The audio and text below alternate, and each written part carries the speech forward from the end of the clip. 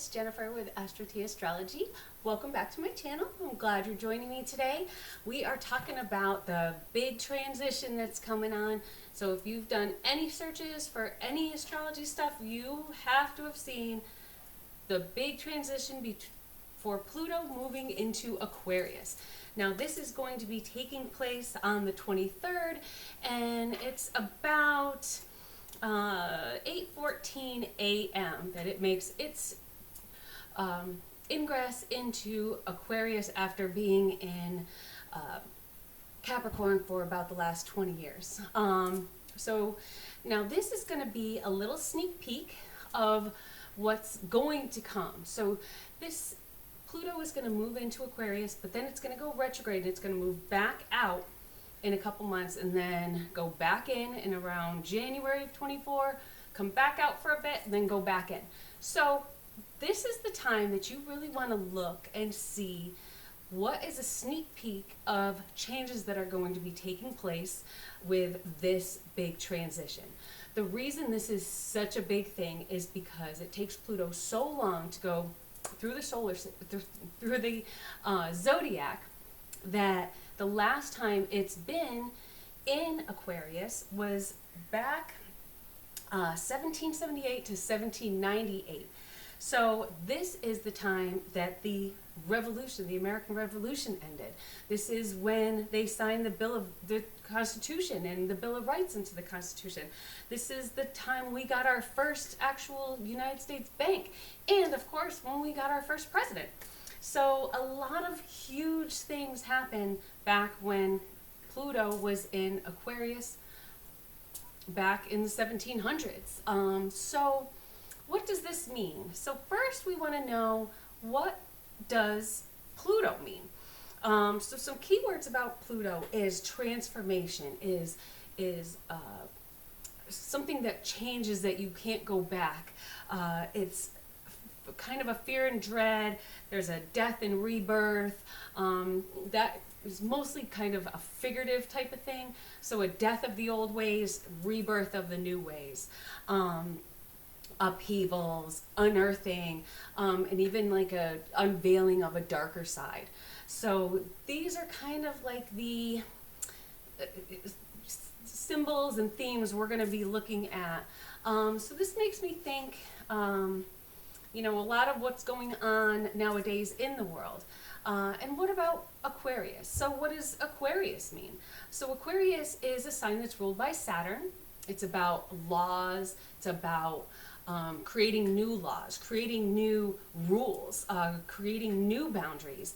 So apart from when Saturn also rules Capricorn, that's all kind of traditional rules. Aquarius is changing rules. I want to make things new. Aquarius is also about humanitarianism. It's about being strong-willed, originality, rebelliousness. So what does this make you think that this could mean for the global sphere? So if you think about what was going on in the 1700s, so if you think about what's going on nowadays in comparison, there's a lot of questions about, you know, oh, people are protesting freedom of speech, you know, their speech is not free anymore, and are there going to be changes to that? There's people protesting gun control, so that's the Second Amendment. These are in the Bill of Rights, so is there going to be changes to that? Is the, you know, abortion, is that going to be added to the Bill of Rights? Is that going to be a right amongst the citizens? It's going to change from just deciding in the states. You know, so this is going to be really interesting to see how this plays out. Now, this isn't something that we're going to see fast. Like I said, we're going to see a little sneak peek and get little glimpses of what might be happening. So then that probably will take fruition in like the 24-25, so 2024-25, so they're about a year. But you really want to keep your eyes open to the changes and what people are calling for, what people want changed, that type of thing. So another thing about Pluto, it's a very generational planet. So because it takes so long to go through signs, things are so different through each generation. So if you think about it, you have the generation, so going back to when Pluto was discovered back in 1930. So we don't know a lot about, no one's been alive that's now since the last time Pluto's been where it is. The last time when Pluto was discovered, I have in my notes, I think it was in Cancer. So when you think about, and that goes to about 1937, so that generation was called the greatest generation. So if you think of, that's our, depending on how old you are, for me, that's my grandparents. They worked hard, they made a lot of changes, they were very caring, there's a very Cancer way about them. Then after that, it goes into Leo, and that's the baby boomers. So we know about the baby boomers, and in Leo, so they pretty much think that their way was the right way. This is how it is, and this is how it always should be. A very fixed sign in Leo, and they're a very fixed generation. They don't like a lot of change. They like things the same way. And then you look at where it goes next. It goes into a Virgo for a little bit. You got a little bit of a baby bust, so the baby boom kind of slowed down, and then it moves into Libra, where we have a Generation X. So these are, it's like people changing, Generation X, and it's all about, love. If you think about the dates of that, this is around, 70s, it changed. This is my generation. And how different it was from the one previous to that. So if you're thinking first, Leo was the main generation before that, the baby boomers. And you think of the greatest generation, the first one. Every generation, and your parents have said it, kids these days, every generation, because it's so different as we go through the zodiac and the different signs.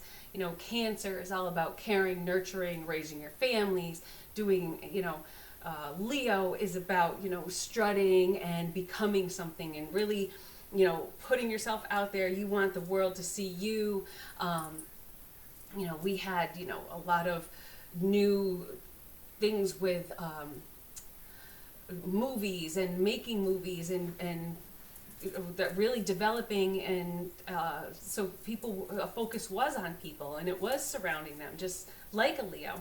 And then, of course, when it moves into the Libra generation, the Generation X, we're getting into, sex, loves, rock and roll, all those fun things, all that beauty. The 80s, even was just the crazy time, over the top, makeup, and, then we had, because of maybe this sexual revolution, because of that, we did have the AIDS pandemic come up, that had to do with sex and, couples and things like that.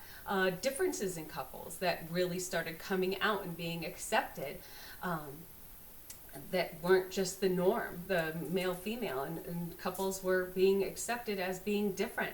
Then it moves into Scorpio, then Sagittarius, Gen Z, and so on and so forth. And it just gets me, because I just think of the adage, kids these days, and all generations just being different. And so they'll all continue to say that. So what are we going to say about ours? It is going to be interesting to find out what our kids are going to, what my grandkids are going to be like. I know what my kids are like. Mine are I have one in the very end of Scorpio, and then one in the Sagittarius. And my Sag girl, she couldn't be more of a Sag. She is, they're just these people that just want to just go, and they want to experience everything, and they want to know everything. They want to learn new things, different things, not just the same old, same old. They want to learn, college courses that never heard of before are now becoming college courses, and wine tasting and things like that. So it's pretty interesting to see the changes. Looking a little more back in history, some things I found interesting. So with the constitutional changes and things like that, I went a little back further because I was doing a little bit of research. 'Tis the season, Easter coming up, just to kind of show, you know, that Pluto can really make an impact. So I was looking into kind of Easter and what Easter symbolizes, and that symbolizes Jesus's crucifixion, and that was around 30, I would say 28 to 32 AD is kind of what I'm finding in my research. So I did a little more digging, and if you know anything about it, Pontius Pilate was the one that decided that he was going to be crucified. So you look up his dates to kind of narrow it down a little bit. So I thought it was a really fun exercise. And when I found out where Pluto was, I was like, that's got to be spot on. So Pluto was in the sign of Sagittarius. Sagittarius is all about religion, and Pluto is all about change. So whether, you know, what you want to believe and what you don't, that was a huge change in our history when Catholicism came about and it developed. So that's a new deep transformation from into a new religion that has continued on till this day. So I found that really fascinating. Also, you know, when you talk about generational planets, the other ones that were kind of in places then, Neptune looked like it was in Capricorn. So that's rules, regulations. If you know anything about Catholicism, very rule-based, you know, very strict. Then Uranus was likely in Leo, maybe Cancer. But Leo to me made a lot of sense because it was a lot of focus on that one, you know, that one person, and just, you know, calendars were changed, and just so much that, you know, the Bible was created or started being created about this one human being in the New Testament that pretty much changed the way a lot of people think to this day. So whether you believe or not, there was something happening. So this is Pluto. Pluto causes something to happen. Sorry to get all religious, but I just found it very intriguing and very eye-opening when I looked into it. So I would like to just encourage everyone to just keep an eye out for all the changes that are coming.